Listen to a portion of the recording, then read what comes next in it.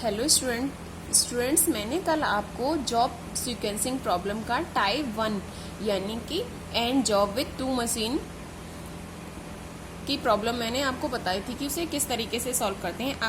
आज भी मैं उसी प्रॉब्लम का एक दूसरा न्यूमेरिकल बताने जा रही हूँ।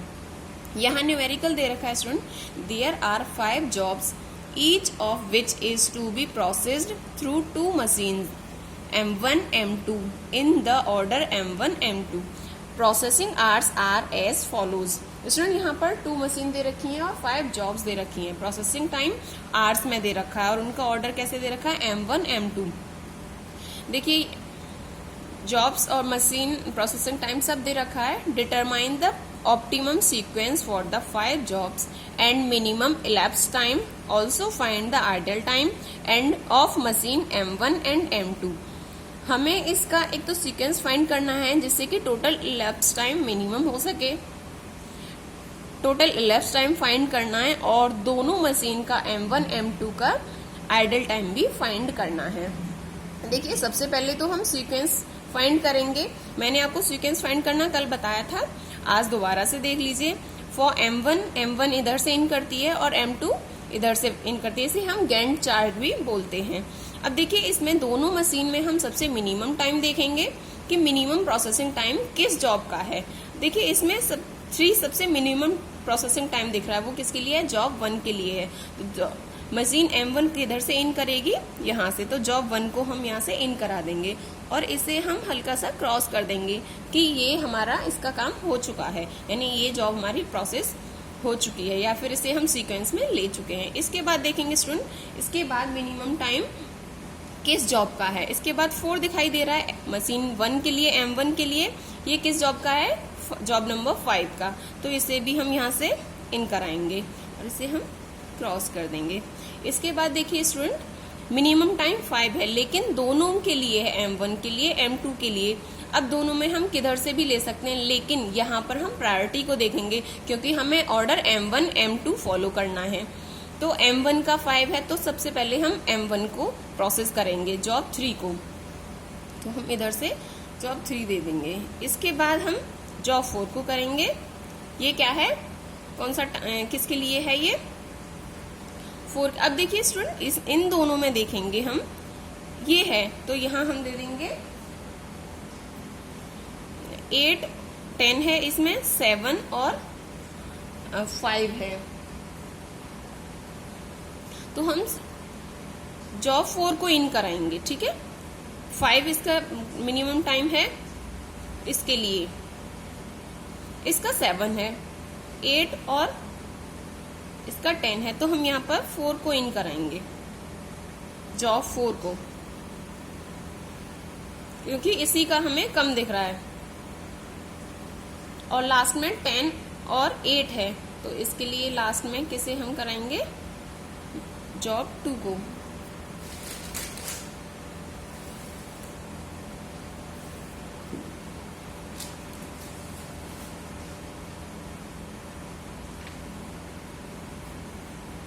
इसके बाद स्टूडेंट देखिए ये हमारा सीक्वेंस आ गया। इसके बाद हम elapsed टाइम फाइंड करेंगे। सीक्वेंस को हम इधर लिख लेंगे 1 5 3 4 2, जो भी सीक्वेंस आएगा उसे हम इधर लिख लेंगे। अब हम देखेंगे कि मशीन M के लिए मशीन M में जॉब 1 के लिए प्रोसेसिंग टाइम कितना है, 3 है, तो ये 0 से स्टार्ट होगा। इन टाइम कितना होगा इसका, 0।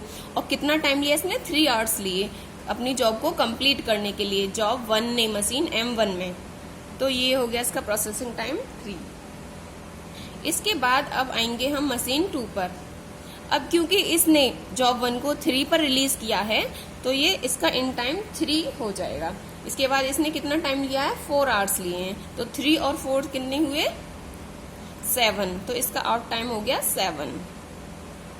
इसके बाद स्टूडेंट्स देखिए जॉब 5 में आएंगे। जॉब 5 मशीन 1 में कितना है प्रोसेसिंग टाइम, 4 है। ये यहाँ 3 पर रिलीज हुआ है तो इसका इन टाइम हो गया 3, क्योंकि ये 3 घंटे में फ्री हो गई थी। अब प्रोसेसिंग टाइम कितना है इसका, 4 है, तो 3 + 4 कितना हुआ, 7, तो इसका आउट टाइम हो गया 7 आवर्स। अब ये 7 पर, ये भी 7 पर रिलीज कर रहा है इस जॉब को, और ये इसने भी अपना जो काम है अपनी जॉब को, अपने वर्क को 7 आवर्स में कंप्लीट कर लिया। तो इसका एंड टाइम हो जाएगा 7। कितना टाइम ले रही है ये? 8 आवर्स ले रही है। तो 7 + 8 कितना हुआ? 15। इसका आउट टाइम हो गया 15। इसके बाद आएंगे जॉब 3 पर। जॉब 3 मशीन 1 में कितना टाइम ले रही है? 5 आवर्स ले रही है। इसका एंड टाइम हो गया 7, क्योंकि ये 7 पर रिलीज हुई है। इसके बाद इसमें 5 आवर्स प्रोसेसिंग टाइम है इसका, तो कितना हो गया स्टूडेंट्स? 12। 7 + 5 हो गया 12। इसके बाद ये तो 12 पर रिलीज हो गई, लेकिन ये कितने पर रिलीज हो रही है? 15 पर। तो इसका एंड टाइम हो गया 15। और इसका प्रोसेसिंग टाइम कितना है जॉब 3 का? मशीन M2 के लिए 6 है। तो 15 + 6 कितना हो गया स्टूडेंट्स? 21। तो इसका आउट टाइम हो गया 21। इसके बाद देखिए अब आएंगे हम जॉब 4 पर। जॉब 4 का प्रोसेसिंग टाइम कितना है? 7। इसका एंड टाइम हो गया 12, क्योंकि ये 12 पर रिलीज हुआ है। 12 + 7 कितना हुआ स्टूडेंट्स? 19। 12 + 7 19। अब इसका प्रोसेसिंग टाइम कितना है? मशीन 2 जॉब 4 का मशीन M2 के लिए 5 है। ये कितने पर? 21 पर रिलीज हो रही है। तो ये हो गया 21 + 5 घंटे ये अपने काम को कंप्लीट करने के लिए ले रही है। तो ये कितना हो गया इसका आउट टाइम? 26। 21 + 5 26। अब स्टूडेंट आ जाइए जॉब 2 पर। इसका एंड टाइम कितना हो गया? 19 प्लस कितना टाइम ले रही है? 8 आवर्स ले रही है। तो +8 कितना हो गया स्टूडेंट्स? ये 27। इसका आउट टाइम हो गया 27। अब देखिए स्टूडेंट ये तो 20। अब आ जाइए मशीन M2 पर। ये इसने 26 पर रिलीज हो गया, लेकिन अभी 2 जॉब इसको नहीं मिली है, क्योंकि यहाँ ये प्रोसेस में थी। इसने इस पर कितने पर फ्री किया है? 27 पर। तो इसका एंड टाइम हो गया 27। ठीक है। और इसका प्रोसेसिंग टाइम कितना है? 10 है। तो ये हो गया 37। अब देखिए स्टूडेंट्स यहाँ आइए, आप इधर देखिए।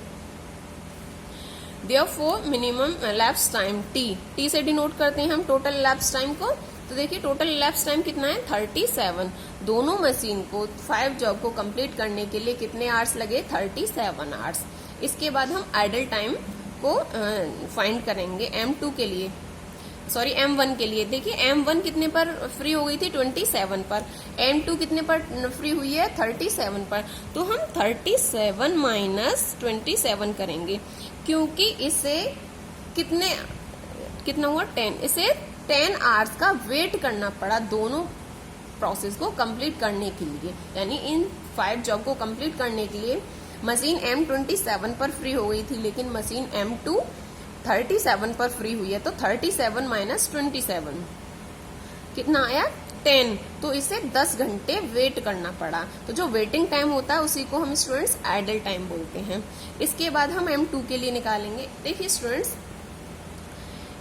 यहाँ पर तो देखो ये 3 पर स्टार्ट हुआ, 3 पर इसने फ्री किया, 3 पर यहाँ स्टार्ट हो गया, 7 पर फ्री किया, 7 पर यहाँ स्टार्ट हो गया।